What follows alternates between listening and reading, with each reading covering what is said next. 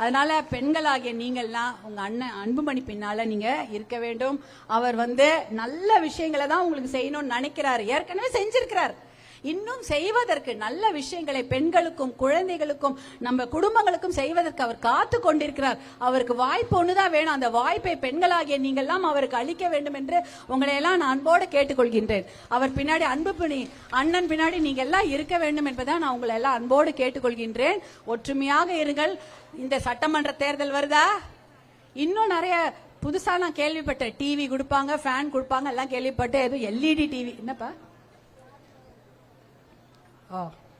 நான் மறந்துட்டேனே ஒன்று சொல்றாங்க போல, படிக்கிறேன் சொல்றேன்.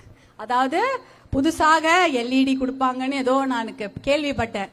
எல்இடிக்காக நீங்கள் மாற்றி ஓட்டு போட்டீர்கள் என்றால் உங்களுடைய பிள்ளைகளுடைய தலையெழுத்தை நீங்களே மாத்தி எழுதுறீங்கன்னு அர்த்தம். ஏன்னா மறுபடி இவர்கள் வந்துவிட்டால் இன்னும் 100 டாஸ்மாக் கடைகளை இந்த மாவட்டத்தில் திறப்பாங்க. பசங்களுடைய வாழ்க்கை ரொம்ப பெரிய கேள்விக்குறியாயிடும். அவங்க உடல் நலம் பாதிக்கும், மனநலம் பாதிக்கும், அவங்க வாழ்க்கையே பாதிக்கும். அதனால தவறுகளை அவங்க செய்ய தயாராக இருக்கிறார்கள். அதை பணம் கொடுத்து மறைத்து விடலாம் என்பதற்கும் தயாராக இருக்கிறார்கள். அந்த தவறை நீங்க செய்யக்கூடாது. அவங்க எத்தனையோ தவறு செஞ்சுட்டாங்க, எத்தனையோ பணம் கொடுத்து அந்த தவறை மறைக்க பார்த்துட்டாங்க. ஆனா நீங்கள் அந்த தவறை, தாய்மார்களாகிய நீங்கள் அந்த தவறை செய்யாதீங்க. நீங்கள் தவறாக ஓட்டு போட்டு விடுகிறீர்கள் என்றால் உங்கள் குழந்தைகளுடைய தலையெழுத்தை நீங்களே தவறாக எழுதுறீங்கன்னு அர்த்தம். ஞாபகம் வச்சுக்கிறீங்களா?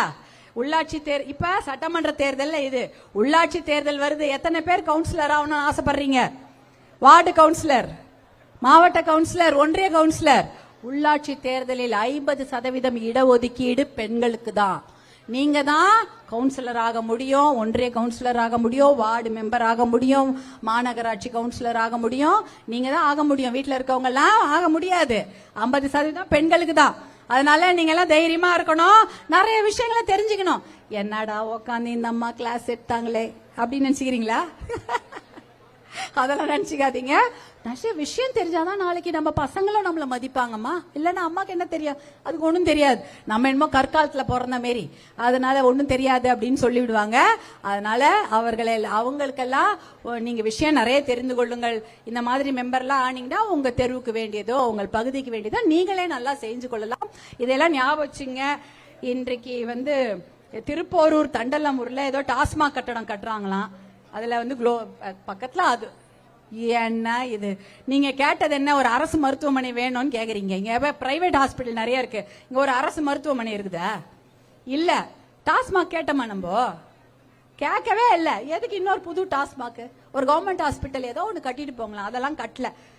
என்ன போங்க, சொல்லிட்டேன், அது சொல்லிட்டேன். இன்றைக்கு இந்த நிகழ்ச்சிக்கு இவ்வளவு நேரம் அமைதியாக ஒருத்தர் கூட எழுந்தே போவல. இன்முகத்தோடு நான் பேசுறதுக்கெல்லாம் பதில் வேற கொடுத்தீங்க. என்னுடைய அன்பு சகோதரிகள், உங்களெல்லாம் பார்த்ததுல ரொம்ப ரொம்ப ரொம்ப மகிழ்ச்சி.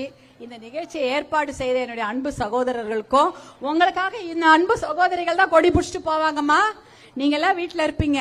பஸ் கட்டண உயர்வு, பால் கட்டண உயர்வு, மின்சார கட்டண உயர்வு எதுக்காகவோ இங்க மேடையில இருக்காங்க பாருங்க. இவங்கெல்லாம் தான் கழுத்துல அந்த துண்டு போட்டுட்டு கொடி பிடிச்சிட்டு போய் சண்டை போட்டு வருவாங்க. இந்த சகோதரிகள்லாம் தான் நீங்கள் பார்க்க வேண்டிய உங்களுடைய கதாநாயகிகள். இந்த அண்ணன்கள் தான் உங்களுக்காக போராட்டம் பண்ணுவாங்க. உங்களுக்கே அந்த விஷயம் தெரியாது. அப்படிப்பட்ட இவர்கள்லாம் நீங்க உங்களோட இருப்பாங்க.